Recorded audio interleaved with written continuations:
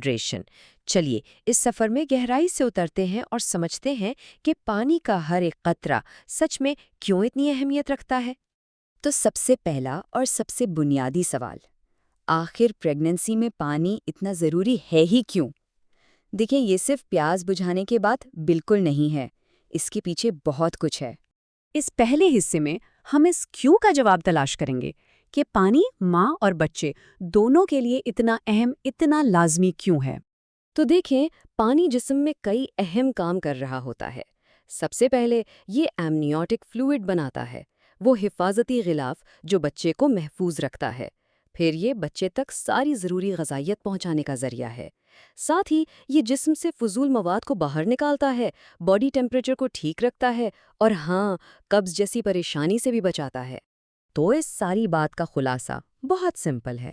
صحیح مقدار میں پانی پینے کا سیدھا سا مطلب ہے بچے کی صحت مند نشوونما۔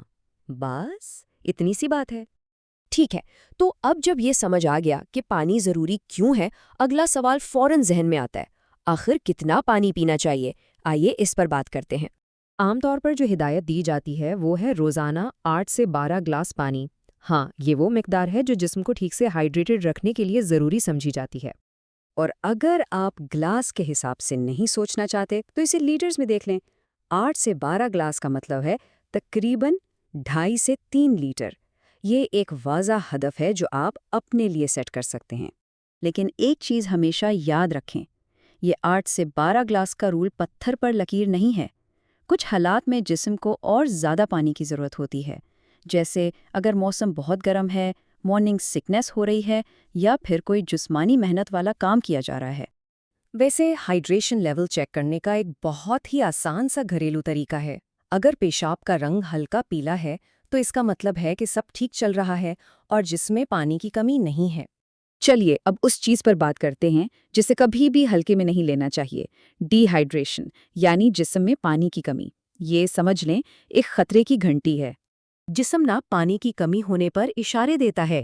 ان علامات پر فوراً غور کرنا ضروری ہے۔ گہرا پیلا پیشاب، منہ کا بار بار خشک ہونا، چکر آنا، سر میں درد رہنا، بے وجہ تھکان محسوس ہونا یا پیشاب کا کم آنا، یہ سب وارننگ سائنز ہیں۔ اور اگر ان اشاروں کو نظر انداز کر دیا جائے تو معاملہ سنگین ہو سکتا ہے۔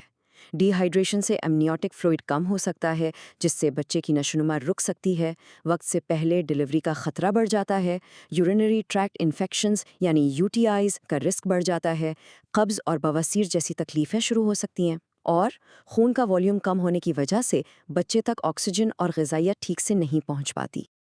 اور سب سے بڑھ کر پانی کی کمی کا سیدھا اثر بچوں پر پڑتا ہے۔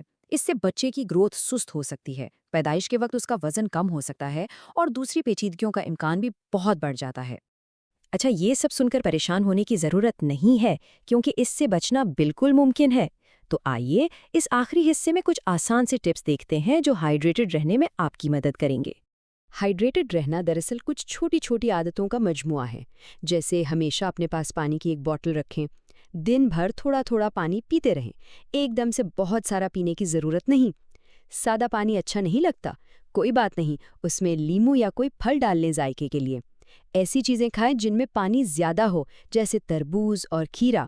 اور اگر پھر بھی یاد نہ رہے تو فون پر ریمائنڈرز لگا لیں، سمپل۔